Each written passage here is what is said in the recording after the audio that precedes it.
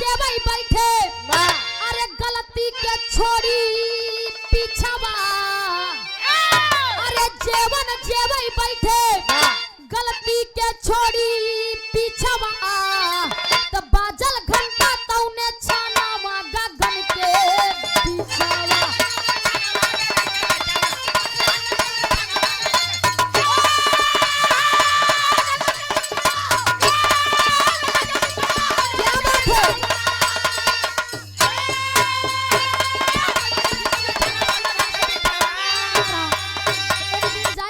कन्हैया हम जोन चाहत रहे होएगा हमके राज सिंहासन मिल गया लेकिन ये राज सिंहासन पे हमारे मन काहे ना लगत बा कन्हैया कहन कहन कहो अपने पूरे परिवार के मार के पूरे परिवार के तहस नहस कई के तू राज सिंहासन पे बैठा है ऐसा तहार मन लागी बाबूजी तबू बाबूजी कन्हैया कहन कहन अपने पूरे परिवार के ताश नाश कई के तार ऐसे मन लागे धर्मराज युधिष्ठिर कहन कहन कन्हैया क्या करे के होए कन्हैया कहन तू भंडारा करा अपने पूरे राजधानी में न्योता बांटा जैसे कि आज बाबा जी के कुटी पे भंडारा होत बा अरे वाह दूर दराज से लोग आए हैं और बिरहा भी सुन रहे हैं प्रसाद भी ग्रहण कर रहे हैं वैसे ही वहाँ कन्हैया कहन तू अपने राजधानी में न्योता बांटा एक्का आदमी छोड़िया जी छोट से बड़ा अमीर गरीब साधु संत सबके न्योता दा अगर केहू के छोड़े तो जान ला तार भंडारा पूरा ना होई और गगन में घंटा बांधा जब तार भंडारा पूरा हो जाए तो वह घंटा 7 बार बाजी जाए 7 बार बाज जाए तो समझ लिया कि तहार यज्ञ पूरा होएगा युधिष्ठिर कहन ठीक बा कन्हैया इधर भीम के बुलाई के आदेश दे देन कि ये भीम जाए के पूरे राजधानी में न्योता बांटा एक्का आदमी छोड़े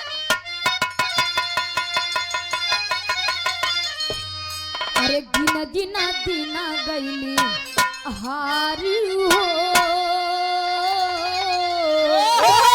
अरे गिन गिना दिना गईली हारी हो पिया भइले सपना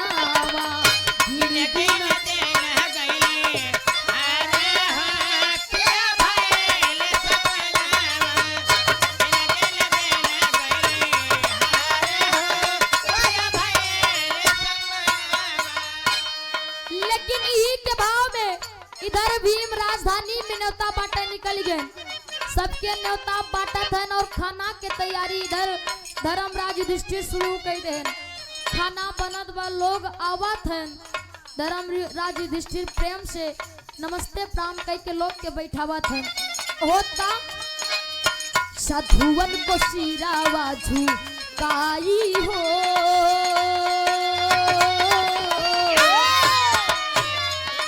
साधुवन को सिरावा झुकाई हो धूप करे लनहवा नावा साधुवन को सिरावा झुकाई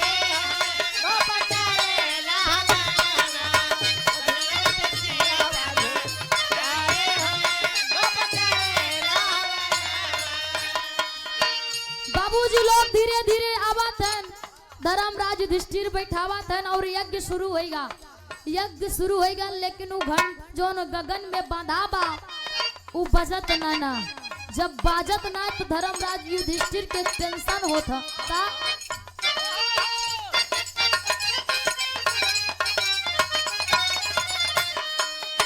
जाल लागल घीवा गुड़ हवन की लवरिया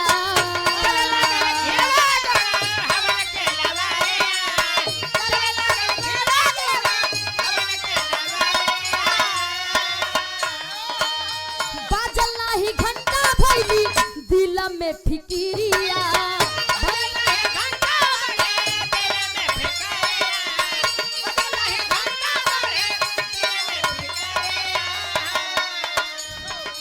कामावा गईल सबना साई हो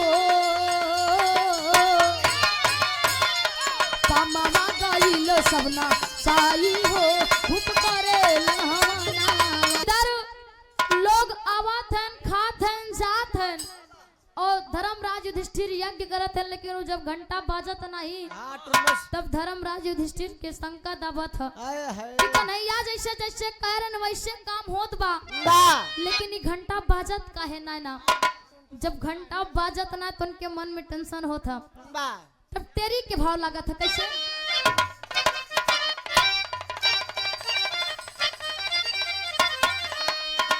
जदुराई बोले हंस के बतिया, अरे जदुराई जदुराई जदुराई जदुराई बोले हंस के बतिया, शूद्र समझ के दिहला सुपति के बिसराई।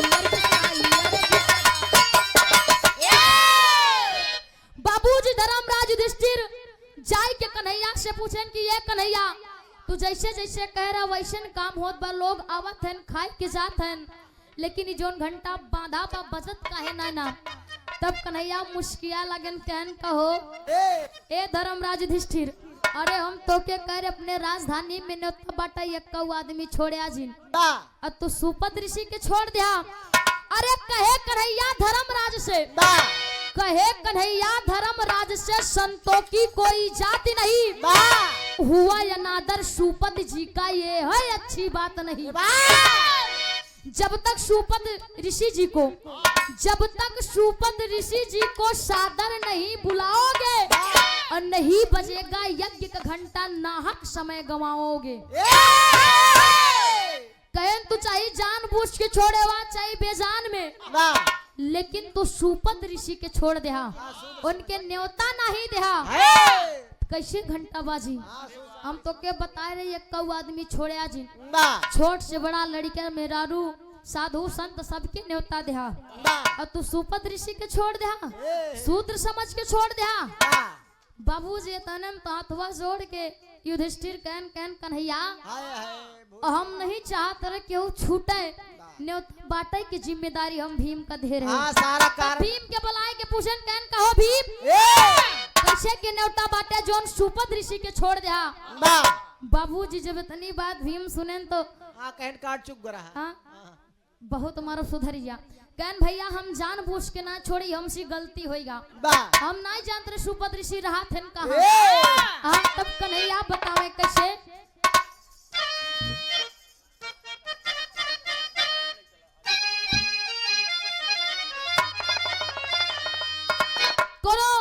भौजाई अपने नंदी से कहा था का,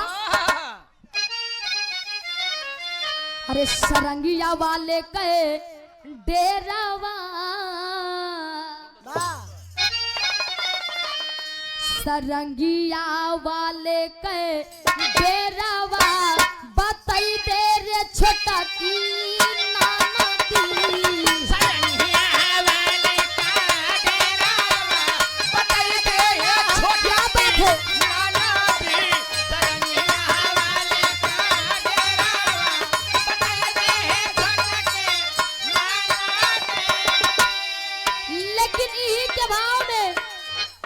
भीम सुपद ऋषि के न्योता दे खातिर कन्हैया से पता पूछा थे कि ये कन्हैया सुपद ऋषि रहा थे का, हमके बतावा हम जाए के लिए आया थे। तब कन्हैया बतावे का, भजनिया वाले के डेरावा,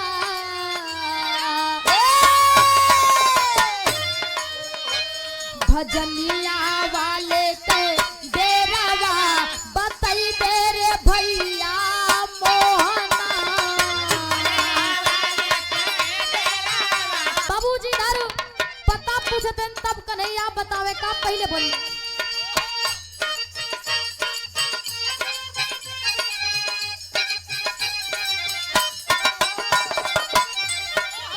बोले कान्हा कुंती सुत से करिहा नाही फिक्रिया हो।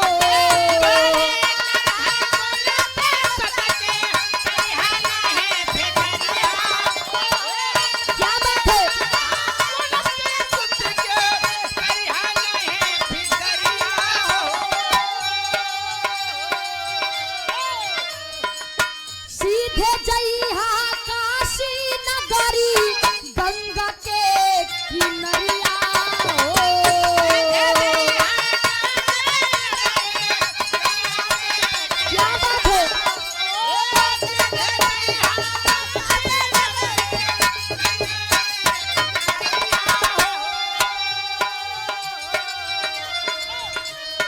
तटवई पे मुनि कई बासेरावा, तटवई पे मुनि कई बासेरावा, बताई दे रे भैया मोहना। तर भीम कहन भैया सुपत ऋषि रहा थे कहा कन्हैया कहन सीधे चला जा काशी। गंगा के किनारे एक कुटी मिली। अरे वाह, वही कुटी में सुपत ऋषि रहा थे। जैसे हिंगा बा। हाँ जैसे यहाँ यो तो गंगा के किनारे है। हाँ बाबूजी तर भीम सुपत ऋषि के लावे खातिर अपन तैयारी बनाए लेहन, लेकिन कन्हैया कहने भीम जात तो सुपत ऋषि के लिए आवे, लेकिन अपने बल के प्रयोग जिन करया जाय के अपन गलती मान के प्राम कह के उनके प्रेम से लिया के आया। अगर ना है तो पता लागो ना माने तो अपने हुए बल के प्रयोग करे लगा तो फिर खिसियाई के मामला फिर गड़बड़ाई जाए। कह नहीं भैया ऐसे कुछ ना होए। बाबूजी इधर भीम अपन तैयारी बनावत है, आगे होत का पापट।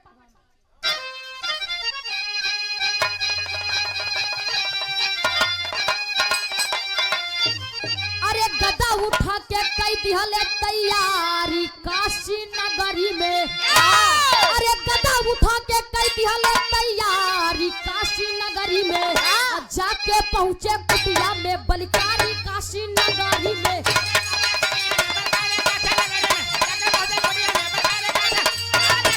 क्या बात है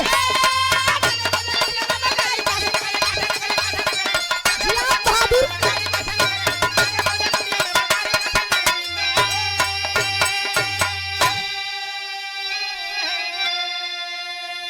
बाबूजी इधर भीम अपन गदा उठाई के काशी चल देन। जब काशी जाते देखा थे गंगा के किनारे एक कुटी बनी रहा था।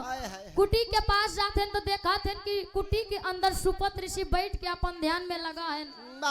बाबूजी जब देखा थे तो अपने मन में सोचा थे का पहले बन में अरे ध्यान लगा के मुनिवर बैठे मुने रहे नयनावा हो।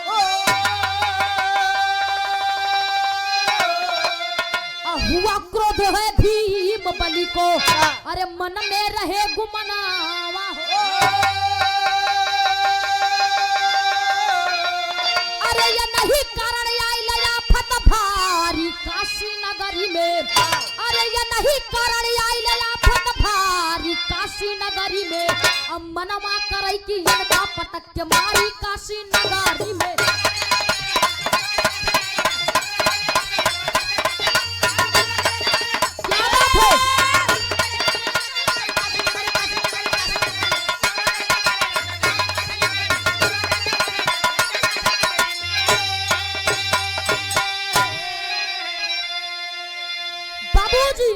जब भीम बाहर से सुपत ऋषि के देखा थे तो देख के अपने मन में सोचा थे कितना गंदहुरा बाबा ई बाबा खातिर हमार यज्ञ नाय पूरी होत बा, घंटा नाय बाजत बा। अरे वाह और यह मन करत बा कि सारे उठाए के दई मारी इनकर राम नाम सत्य होई जाए। बाबूजी अपने मन में बाहर विचार करत हैं, अंदर अंतर्यामी मुनि सुपत ऋषि के सारी बात के जानकारी होईगा। क्या नावा बेटा अंदर आओ तो हम बताई थी। अंदर गए न भीम सुपत ऋषि के प्रणाम करें, गलती मानेन की ऋषिवर हमसे बहुत बड़ी गलती होएगा। एक भंडारा होत बा, हम आपकी न्योता देख भूल गए, अगर आप चली है ना तो हमारा भंडारा पूरा ना होई। गगन में घंटा बांधा बहु घंटा ना बाजी, हमार गलती क्षमा करे ऋषिवर चला। तब आगे होत भैया अल्लाह के भाव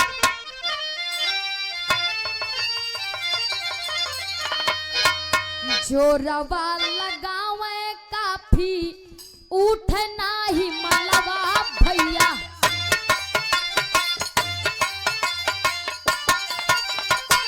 होई गईले भीम ये कमाला से लाचा।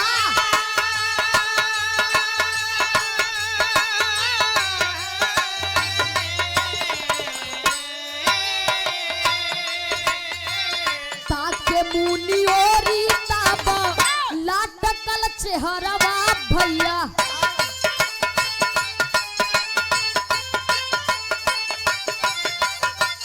टूट गईले नाच सारा उजाड़ल बाजा।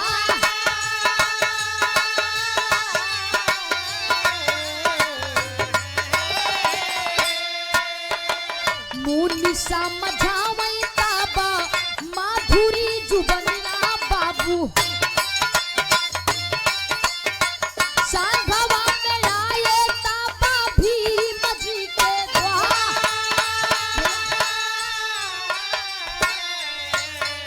बाबूजी इधर अंतर्यामी मुनि जी सारी बात जान गए। अंदर गए जब भीम सारी बात ऋषि के बतावा थे, कहन ठीक बा बेटवा, तार गलती माफ कर थई, तोरे साथे हम चले खातिर तैयार ही। तनी जाता हुई खुटिया में हमार सुमरन टांगी बा, वह सुमरनिया उतारे उता तो हम तोरे साथे चला चली। बाबूजी भीम अंदर गए, जैसे सुमरनी पकड़ा थे ओके के कहा उतारे के हिलाऊ डोलाए ना पावत, पूरा जोर अपन लगाए देन उतारे में, लेकिन जब उतार नहीं पाए तब सुपत ऋषि कहन केश का हुआ, जब तू हमार माला ना उतार पाया तो तू हमका कैसे उठाए पटकत्या। हाँ तू जोन बारवा सोचा अपने मना में हम सब जान ली। तब उनके प्रेम से सुपत ऋषि समझाएं कहन बेटवा, तब वो अपने बल पे घमंड जिन करया, बलई पे नहीं चाहिए फिर चाहिए जे होए, केहू के अपने कोनो भी चीजी पे घमंड ना करे के चाहिए। बतावा जाता घमंड भगवान के आहार है, जे घमंड करे तो कर सत्यानाश हो जाता। प्रेम से उनके समझान कहन आज के बाद केहू के साथे ऐसा जिन करया ना कबो अपने बल पे घमंड करया। बाबूजी प्रेम से भीम जी के साथे आयन, इधर जब पहुंचत हैं तो जब खाना उनके सामने आवा था तो सुपत ऋषि कहन हम ही भोजन ना करा। बासी बचा खुश कहन हम ही भोजन ना करा। युधिष्ठिर कहन का भो प्रभु, कहन अच्छा ही बतावा हमके पहले नंबर न्योता ना दिया, जब इतार घंटा ना बस तब हमके न्योता दिया। ये बचा कुछ हमके खियाऊ ब्या कहन की तो कहन जाय के द्रौपदी कह 56 प्रकार के भोजन 56 प्रकार के भोजन बनावे, अकेल बनावे, तब हम के लाई के दे तब हम भोजन ग्रहण करब, नहीं तो हम खाब वो बना। तब बाबूजी जाय के द्रौपदी से युधिष्ठिर कहन की पूरा खाना 56 प्रकार के अकेले तो के बनावे कबा। अब द्रौपदी बेचारो करवाई का करें, समय बड़ा कम भैया। इधर द्रौपदी 56 प्रकार के भोजन बनाई के जब सुपत ऋषि के आगे लाई के आवत हिन तो होत का भैया सदर के भाव में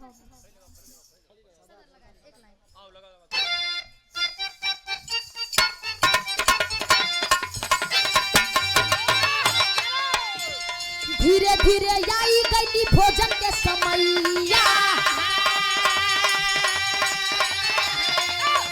कईयो रंग के खाना तब आई माया गा,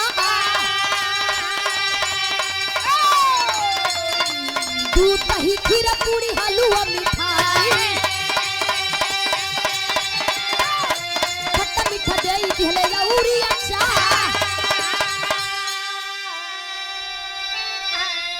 अरे ये कमे मिलाया मुनि भारत तब खनवा, लटकल बाजार सारा उजड़ल,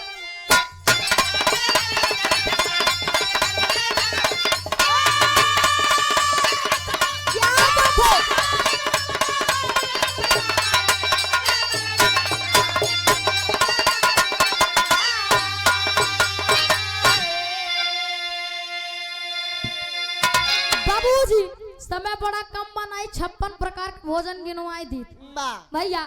इधर द्रौपदी जब बनाई के सुपत ऋषि के आगे ला के रखा थी तो सुपत ऋषि जितना 56 प्रकार के भोजन राय एक में मिलाई के स्थान के मिक्स वेज बनाई जैसे 2 कवर खाए तुरंत घंटा बाज गया, 2 बार घंटा बाज गया। घंटा पे खड़ी हुई के द्रौपदी देखत रही कहीं कितना गंधौरा बाबा बा, बतावा इतना मेहनत से हम 56 प्रकार के भोजन बनाए, बतावा इनके खाऊक सहूर नहीं ना, बतावा खट्टा मिट्टा दूध दही जितना भी सब एक में खाए स्थान के जैसे भैंसी के सानी चलावत है। बाबूजी इधर द्रौपदी सोची अपने मन में, उधर सुपत ऋषि जान गए, तुरंत हाथ धोए उठ गए, घंटा 2 बार बजा रात था मी गाँव ही पे। युधिष्ठिर कहन अब काहे नहीं बजत बा, कन्हैया कहन जाए के अपने द्रौपदी से पूछा, कहन का द्रौपदी का कहूँ, कहन महाराज हमको सोचे ना बस इतना अपने मन में कहे हम कहे कितना गंधौरा बाबा, हम इतना मेहनत से खाना बनाए, बताओ एक में सान के खाता है ये। कहन देखा जौन भी बोलू बहुत गलत बोलू जाए के सुपत ऋषि से गलती मना और उनके मनावा फिर से खाना खाए। बाबूजी तब द्रौपदी मनावथिन खड़ी के भाव अरे जेवन जेवई बैठे अरे गलती के छोड़ी पीछावा अरे जेवन जेवई बैठे गलती के छोड़ी पीछावा तो बाजल घंटा तौने छानावा गगन के पीछावा।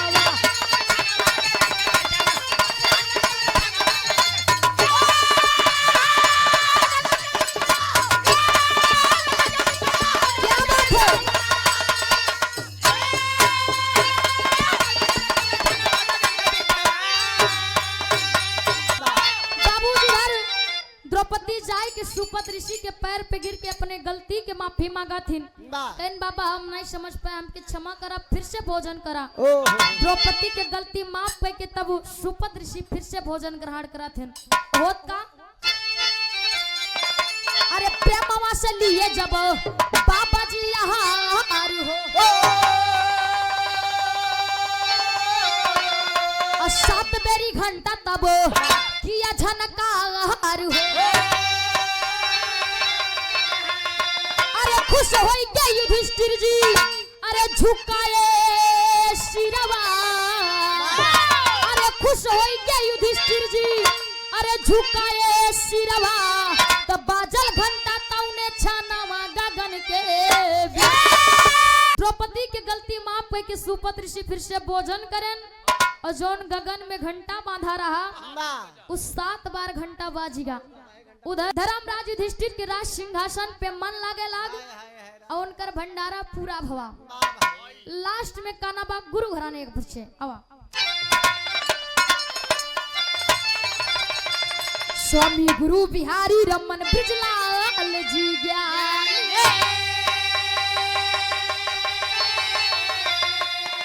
अरे कथन किए कभी सूर्यभान अरे बिरहा में सच्ची बात कहानी हो